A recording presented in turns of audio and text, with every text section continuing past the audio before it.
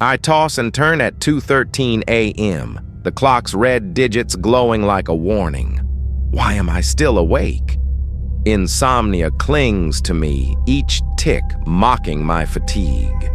Hoping for distraction, I grab the remote and start flipping through channels.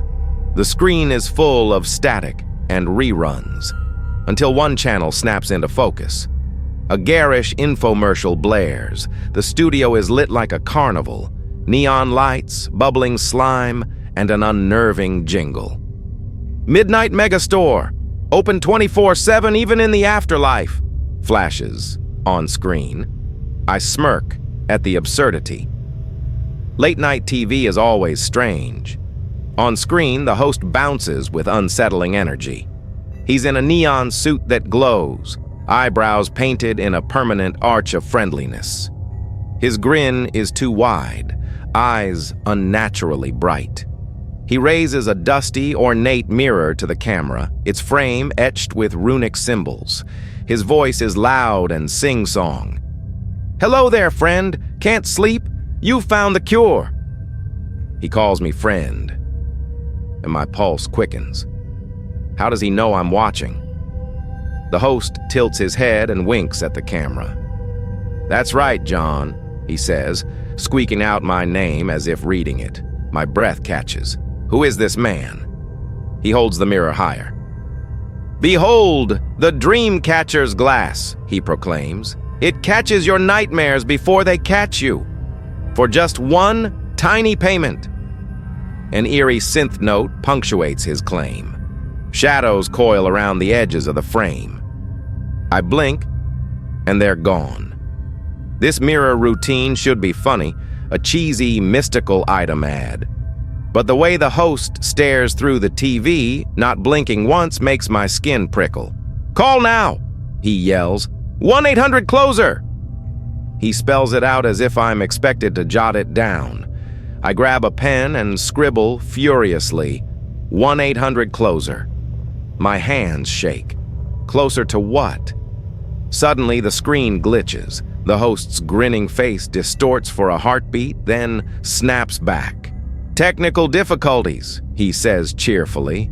"But don't change the channel on me, okay?" He points at me, at the camera. I glance around the silent room. There's nothing but me and the flickering TV glow. The air grows heavy. I'm frozen where I sit, heart pounding. Chills run down my spine. The host claps, and the scene shifts to a dim warehouse stacked with odd trinkets. He reaches for a tall black candle. Next, the Soul Shine candle. "Burns eternally. Literally," he announces. A crooked label reads, "Soul Shine. Light up your life. Forever." The candle flickers with an inner flame, even though no wick is visible. He stares into the camera, intense. "Just one payment for eternal light," he coos. I force a laugh. Dark humor. "Imagine," he continues, voice echoing, "your darkest nights illuminated. The only cost, a night of sweet slumber in exchange for something more." He winks. "Limited stock. Call in the next 60 seconds. The clock on his set ticks down. The phone next to him is antique with a coiled cable. He picks it up and holds it out, as if to hand it through the screen. The phone's dial begins to glow. 4, 7, 2. Then suddenly letters appear. HELP, spelled help. My jaw drops. The host's smile falters for a second. His eyes flicker black. When he speaks again, his voice is silky and low. "How about a special deal, friend?" My heart hammers. One call fixes everything. Forever. He leans in, shadows making his grin even bigger. Behind him, dark shapes slither past the edges of the set. A cat's silhouette, a pair of pale eyes. I blink and they're gone. He chuckles and straightens. "Live TV, huh? Always a few surprises?" His cheer returns. I'm not convinced he doesn't stop. "Not sleeping well? Feeling alone?" The Midnight Hotline has just what you need, he purrs. His tone is that of a salesman who knows all your worries. Call us, and we'll solve your problems, permanently. He pauses.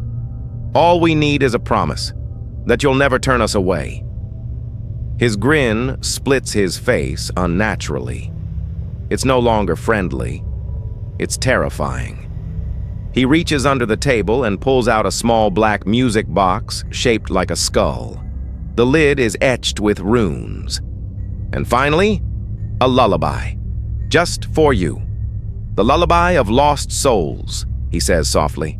He winds the key. A slow, warped music plays, beautiful, but horribly off-key. Each note ends in a faint, haunting wail. A cold breeze sweeps my room. My heart thunders. The music fills the silence. The host's eyes seem to glow as he watches me. His smile stretches impossibly wide, and suddenly his face appears to crack. Inhuman teeth flash. His voice, once cheerful, is now harsh and low.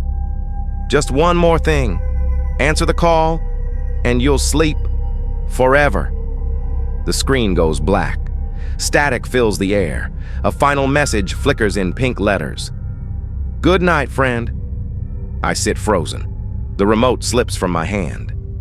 In the silence, my phone buzzes. Caller ID, 1-800-CLOSER.